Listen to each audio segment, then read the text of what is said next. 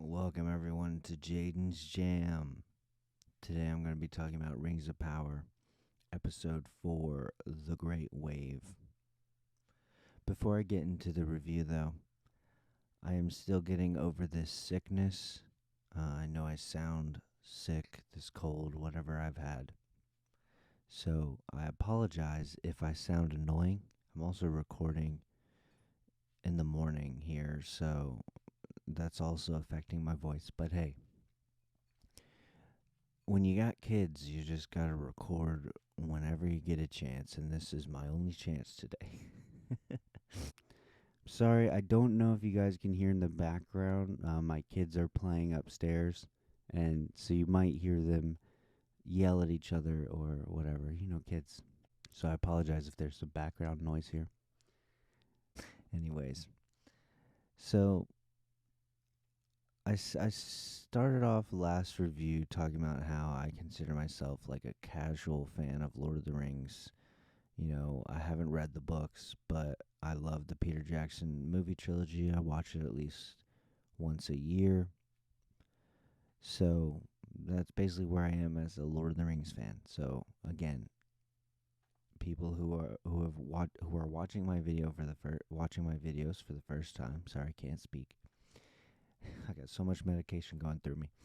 Uh, but so if you've never watched my videos before, I just want to put that out there. I'm not a Tolkien expert. I do not know all of the locations yet.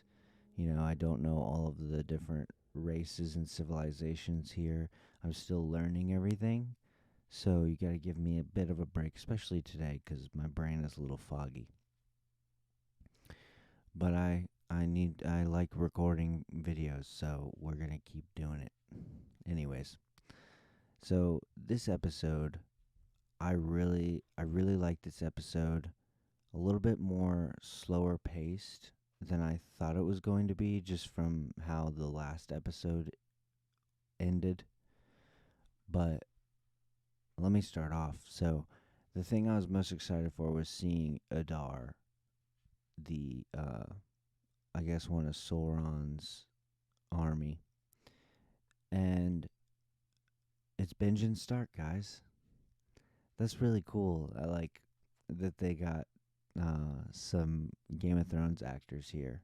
They got young Ned as Elrond, and they got Benjen Stark to play Adar.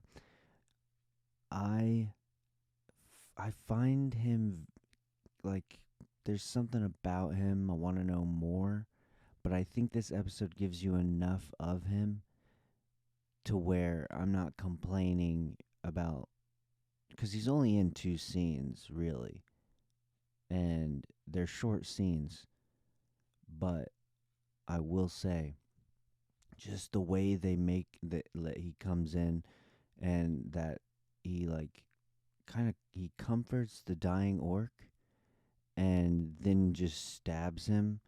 Like I found that was a cool way to introduce this character, especially because I was a tiny bit confused for a second there because he was just comforting him, and I thought it was just gonna they were gonna like make him just comfort him and then it was gonna end, but no, they ended with him stabbing him, which was oh definitely a way to do it.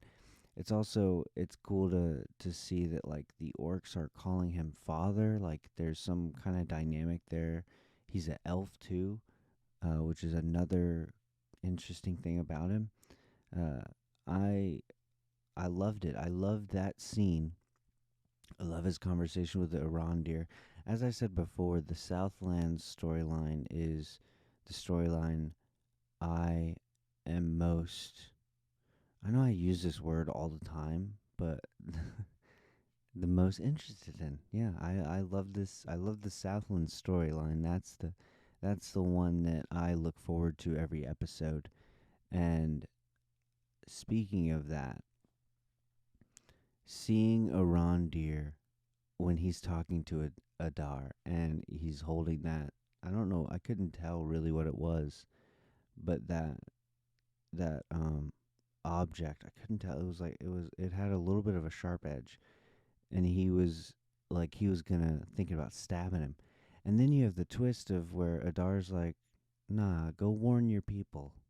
Go warn your people that I'm coming and you guys need to leave, but if you stay, I'm going to kill you all."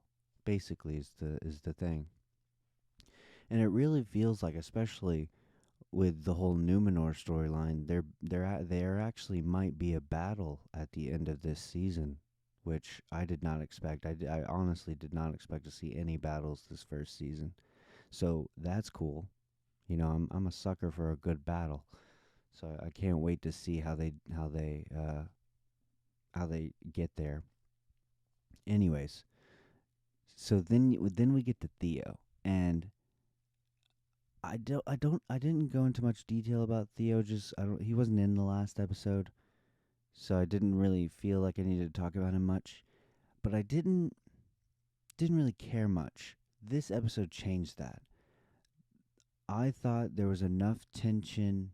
There was a lot of tension in the whole in the sequence where he's going through the village. They're trying to get food for their people because they've only got 5 potatoes back at Austerith, I think is what the tower's called. So they got to get more food. Theo and his friend. His friend fucking leaves him when he starts feeling a little shady about it when it starts getting darker out. Which I'm gonna be honest with you guys, I would love to believe that I would be brave in that situation and that I would like stay and help my friend, but I think I'd be fucking leaving too. Like I'd be that kid too. Honestly, I didn't blame him at all. It was a shitty thing to do to your friend, but I feel like I feel like most normal people would do that, especially when you're dealing with orcs who are fucking monsters. Anyways, uh, that sequence where he's trying to escape and not get caught by the orcs, I thought that was full of tension. I didn't think he was going to die, obviously. He hasn't done whatever he's going to do yet to the, like, his piece of the story isn't finished. So I figured he wasn't going to die, but there was enough tension there to where he could have gotten caught and taken to Adar, and then Adar gets the the thing that he's been looking for, the hilt, the sword, whatever, the Nazgul sword, that or whatever. So I love that whole sequence. I thought there was enough of a horror element, and it was creepy. It was tense. That was probably my favorite sequence in this episode. I also have to say that when he does get caught by the orc, and I guess he's either done it before or he just thought, "Oh, I guess I got to cut myself with this thing to make the blade come out." I love I've already said this, but the production value on this show, you can tell they spent billions on this shit. Like, it looks amazing. The CGI, the visual effects are all fantastic. I know people are talking shit about the wargs, but I think they look great too. They look better than any creature you're going to see on another TV show. But I thought visually that was really cool. I love the shadows coming off of this blade. Like, that was the coolest moment of this episode. And just the fact that he slices off his fingers and runs away. Like, I like that. And I forgot to mention last episode that I don't know what they're doing with the trenches. They did mention they're looking for something. I figured it was that hilt. Obviously, it's obviously a weapon of Sauron somehow. Some kind of dark weapon. I mean, it needs blood to be fully formed.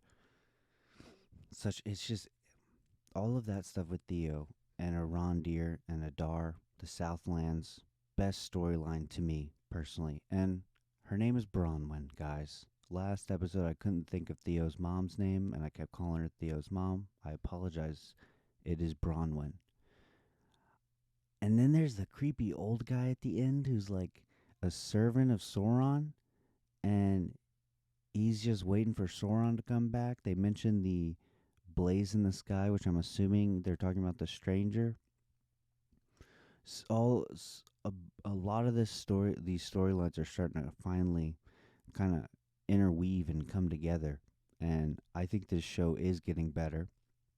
But I'm digging all of this stuff in the Southlands. It's the best to me, and stuff that's going on in this show, and I just look forward to it every episode. And I think that they knocked it out of the park on all of that. And I really liked Theo after this. He's got this dark side, and they since the beginning he's a bit of an asshole, bit of a he's going through stuff, and you can tell he's going through stuff. Well, he lost his father, right? His father either left or died. I can't remember what they said about his father, but yeah, I loved all of that, and then him getting saved by Arondir again. Arondir is my favorite character on this show. Although Theo's given him a run for his money after this episode. So yeah. And then there was that whole like them running away. I thought they were gonna kill Bronwyn. Like I thought she was gonna pay the price and then force Theo and Arondir to kind of like having more of a change their dynamic a bit. So we'll see. I thought they were gonna kill her, especially when they were running away. I thought one of them was gonna die just to show the stakes, but they got away. It reminded me of all the like specifically it reminded me of House of the Dragon. I hate comparing these shows, by the way. That's why I usually try not to, because everybody compares these two shows in their reviews, and it's just a pet peeve of mine. It's like, can we just talk about the show itself and not another show that's similar because it's fantasy?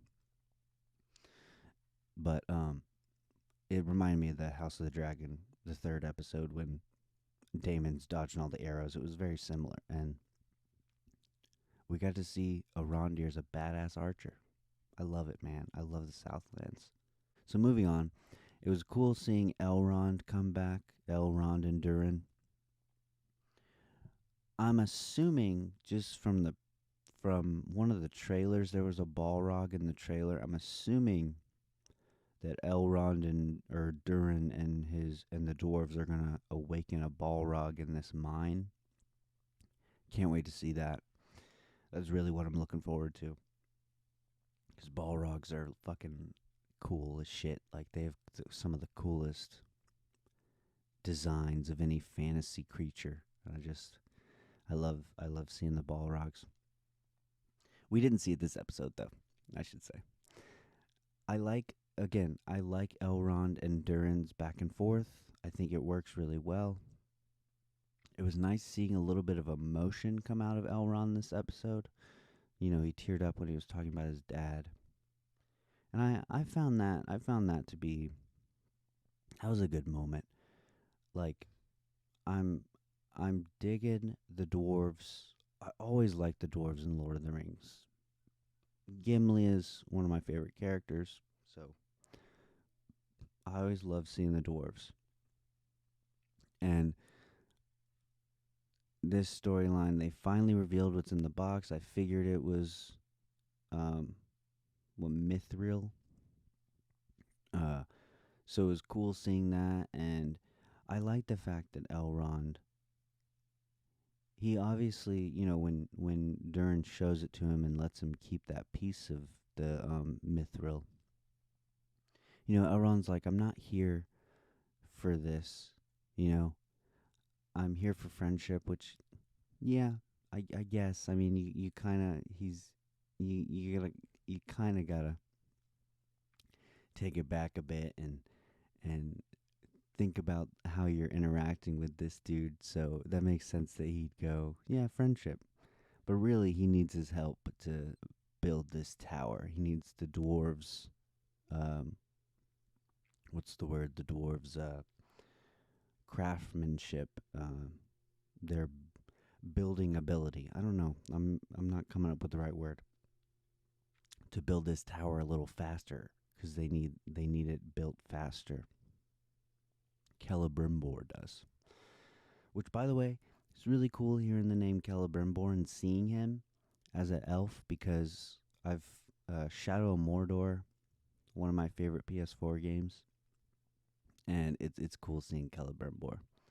It just, that's, if you played Shadow of Mordor, you know what I'm talking about. So yeah, I I'm digging the storyline. I like the moment with Elrond and Durin's wife. Again, I'm so bad at these names and I still haven't learned them all. So I apologize. I don't remember her name. But that was a good moment, and she even apologizes to Elrond for not telling him, for lying to him, and he's like, "Nah, you were protecting my friend. Like, he's your husband. Makes sense." And then there was a great moment at the end with Durin and his father, King Durin,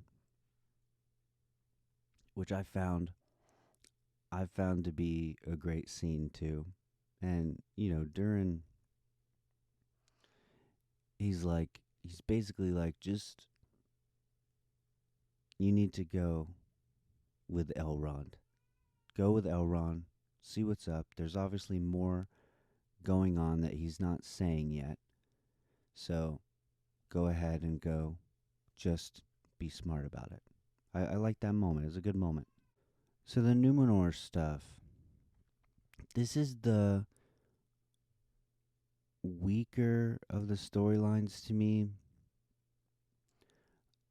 Or at least this episode it was. And I don't know if the end was earned. Like, the fact that Galadriel was able to talk Muriel into joining her and going to the Southlands to help the people there, to help save the people. Because they just spent so much time with the Queen Regent just being so anti-elf, and we get some explanation here with her father. Her father was very pro-elf. He wanted to continue that relationship, and basically his people were like, "No, we're not doing it." Basically, like that's what I got. Like, the people rebelled against him, so he had no choice but to go with the people. Or actually, they took his power away and they gave it to her instead. So, I don't know. The Numenor stuff this episode just felt a little off. It felt a little not as interesting to me as some of the other stuff that's happening on this show. And I'm just not sure if that moment was earned. They actually, she has a seeing stone, I think is what it's called, and she shows Galadriel. She tells her to put her hand on it. She does. She sees the destruction of Numenor. Muriel had seen it as an omen that Galadriel was going to bring doom upon Numenor, like her arrival would bring the doom. And Galadriel says, well, it could be also you not doing anything and letting Sauron get power again. Like, it might not be what you think it is. So I thought that was a good conversation, but I don't know. I'm feeling off with this storyline in this episode. I don't know it. And then you've got uh Arian, Arayan. A lot of the names sound a little elvish to me, so it's a little learning them is a little tough still, because they don't have names like Brad or Jeff, like normal human names. They have elvish sounding names, and it's hard for me to learn them, to remember them all. But I think it's Eorin. Anyways, we got some more with her, and there's some romance brewing. I've felt some romance a little bit between her and the Chancellor's son, So we'll see where that goes. I like the whole Rome design taken for Numenor, like the way it looks. There's a splash of Rome there with the robes and stuff and the sashes. I like that. It's cool. Um, so yeah, but the Numenor stuff, I don't know. It got to a cool place, like where they're all gonna go and try and liberate the Southlands from Sauron. I just don't know if that was earned. Basically, is my point. That ending was earned, and yeah, I don't know. There's something off about Numenor in this episode, at least. So yeah. Oh, and there was no Nori, no Harfoots this episode, so that storyline was out. So there's nothing to say about that. I do like that storyline, and I'm curious to see where it goes with the stranger. Like, do we get his reveal this season, or are we gonna have to wait another season? I'll be very interested to see where they go with that. So yeah, that's Rings of Power. I like it. It's uh it's a good show. Anyways, all right. Thank you guys for watching. Please like, subscribe, comment below. And yeah, again, sorry I sound sick and all the technical difficulties I'm having, but I really wanted to record a review of this show because I am enjoying it, and I am curious to see where it goes next. It seems to be that they're building towards a battle between Galadriel and Numenor, with the helping the Southlands against the orcs. So they're building towards some kind of battle. So I'll be curious to see how that goes. So yeah, thanks guys. I'll see you on the next review.